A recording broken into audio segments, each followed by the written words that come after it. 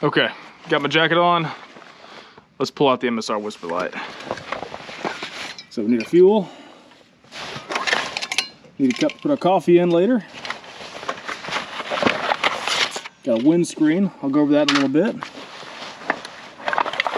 So what we got in here? Oh, we've got the pot with the original pie top on it.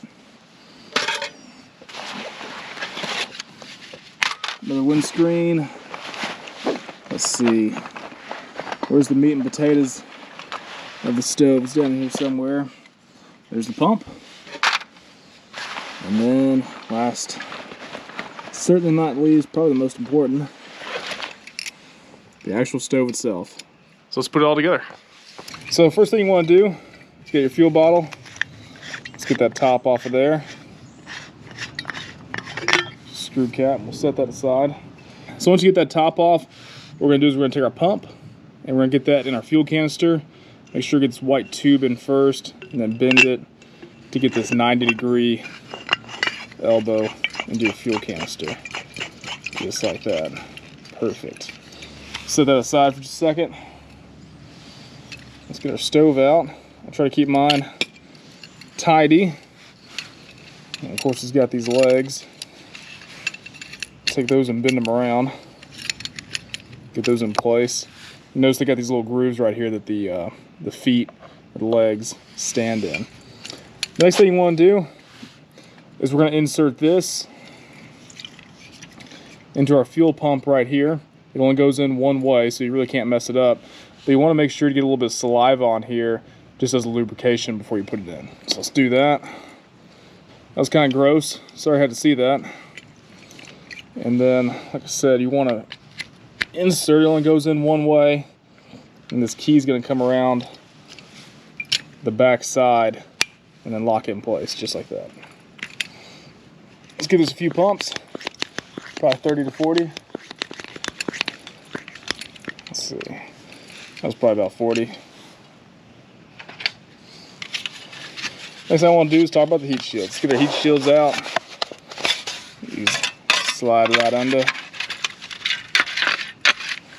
that. And I'm probably not going to put it on there today, but if it's windy out, you can take this heat shield and wrap it around. But since we're trying to film, I'm just going to let that be. Okay, so the way these work, let me try to focus this up here. The way these work is you want to get some fuel down here in the bottom, light that on fire, create a fire. That fire in turn will heat this tube up, and then you can slowly open up the tank to actually create your burning stove. So let me show you how it's done.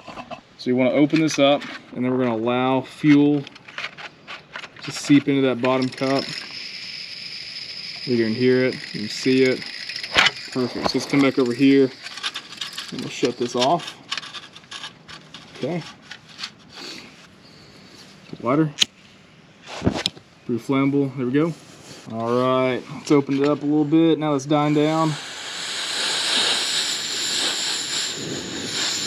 Perfect. There we go. So the place where you're gonna mess this up is when knowing where to turn it on. Between that kind of nice orangey fireball when you first light the cup on fire to when you actually go to open it up to create the blue flames that you're gonna cook over. You just really have to let those orange flames die down a little bit. It's a little bit of an art. You'll probably mess it up a couple times. If you mess it up, just turn the whole thing off, start over. It's not really that big of a deal. But once you get the hang of it, kind of once you get the knack of it, it's very enjoyable to cook over white gas, I think. It's more preferable to me than just screwing on a stove top to a canister, just because it actually gives you a little something to do in the backcountry.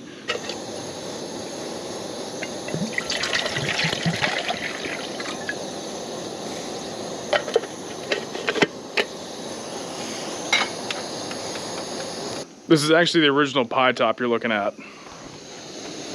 That's it, the original pie top. That is a pie pan.